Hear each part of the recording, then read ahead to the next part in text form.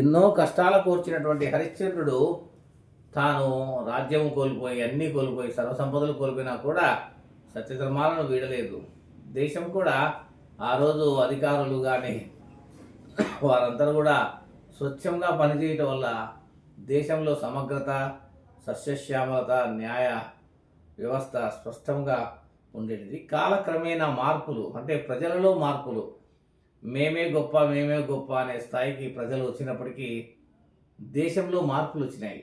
ఈ దేశంలో ఎలాంటి మార్పులు వచ్చినాయి చూస్తే మీరు ఆశ్చర్యపోతారు. హిమాలయ పర్వతాలు దాదాపుగా కృంగిపోతున్నాయి.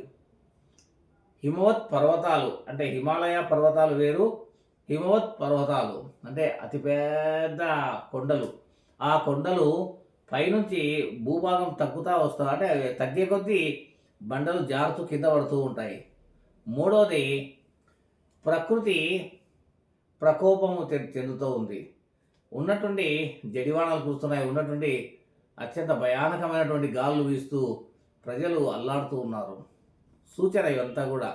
అంటే ఇప్పటికైనా కాస్త ధర్మాన్ని, న్యాయాన్ని అందరూ పాటించి ముందుకు వెళ్తే మాత్రము సత్యంగా దేశం బాగుంటుంది. ఒక అధికారిని మనం ఏమన్నా అంటే వాడు ఎంతగా పగ తీర్చుకుంటాడు అంటే అంత ఘోరాతి ఘోరంగా పగ తీసుకుని అధోగతి పాలై వాడు పోవడమే కాకుండా అక్కడ ఉన్నటువంటి మొత్తం అందరినీ కింది స్థాయికి వెళ్ళిపోయేలా చేయగలిగే స్థితికి మానవులు ఉన్నందుకే ఈనాడు మనం అన్నీ చూస్తూ ఉన్నాము. దురదృష్టకరమైనటువంటి అనేక ప్రకృతి వైపరీత్యాలను చూస్తూ ఉన్నాము. మరి దీన్ని అరికెట్టడానికి మార్గం ఉందా అంటే ఉంది. అది ఏమంటే ప్రతివాడు కూడా శుచి శుభ్రత పాటిస్తూ ఖచ్చితంగా నియమ నిబంధనలతో దేవాలయాల్లో లేదా ముఖ్యంగా బ్రాహ్మణులు అయితే వాళ్ళ గృహాల్లో, బ్రాహ్మణులు కాక ఇతరేతరులు అయితే వారికి నచ్చిన దేవాలయ ప్రాంగణంలో లేదా వారికి ఒక పెద్ద వాళ్ళకి ఒక మంచి ఇల్లు ఉంటే ఆ గృహములో మహాయోగము కలిగినటువంటి అనేక మంది దేవతలు కలరు. ఎన్నో మార్లు చెప్పిన నేను 33 కోట్ల మంది దేవతలు కలరు. యాజ్ఞవల్క ఉవాచ, యాజ్ఞవల్కుడు ఒక ఋషి. ఇందాక ఎవరు అడిగినారు నన్ను, అసలు ఋషులు ఆ కాలంలో ఉండేవాళ్ళ అని. ఆ కాలంలో ఋషులే ఉన్నారు. యాజ్ఞవల్కుడు అద్భుతమైన వాడు. ఈ యాజ్ఞవల్కుడు నుంచి రెండు మాటలు. యాజ్ఞవల్క విరీచిత దైవా దైత్య దమనః యాజ్ఞవల్కో మహారుషి తత్పర జ్ఞాన వేదాంతాయచ దేహాత్రయాన్నిధియోగ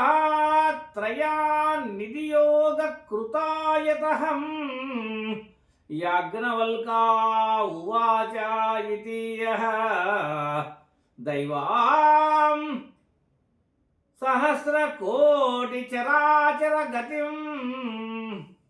అంటే దేవుళ్ళు 33 కోట్ల మంది గలరు అని చెప్పినాడు యాజ్ఞవల్కుడు. ఈయన చెప్పినటువంటి 33 కోట్ల దేవతల్లో యక్షులు, గంధర్వులు, అష్టదిక్పాలకులు ఎందరో ఉన్నారు. ఇంకా చెప్పుటకు ఎందరెందరో మహాత్ములు ఉన్నారు. అష్టసిద్ధ యోగము కలిగినటువంటి మహాజ్ఞానులు గలరు.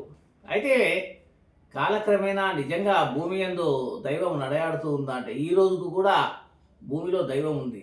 రాముడు రామబాణాన్ని విడిచి త్రేతాయుగమైంది. ఈ రోజు కూడా రామబాణం తిరుగుతూనే ఉంది. అది ధర్మం కోసము ప్రయత్నం చేస్తూనే ఉంది.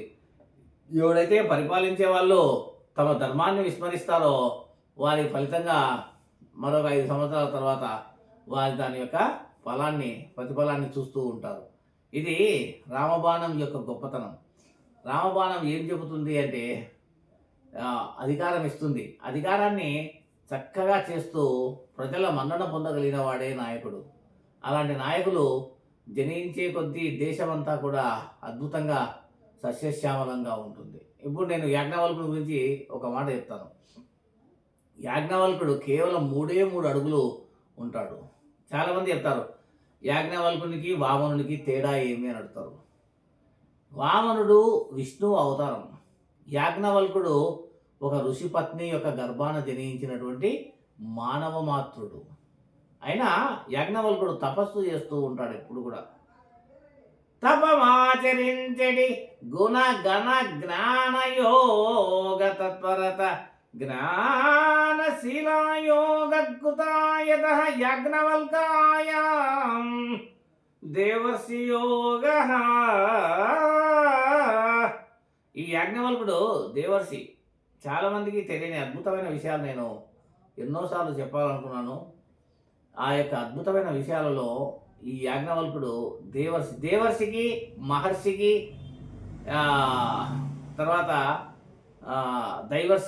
దైవర్షి మహర్షి తత్వసి ఈ ముగ్గురికి గల తేడా ఏమి మరొక పార్ట్లో చెప్తాము.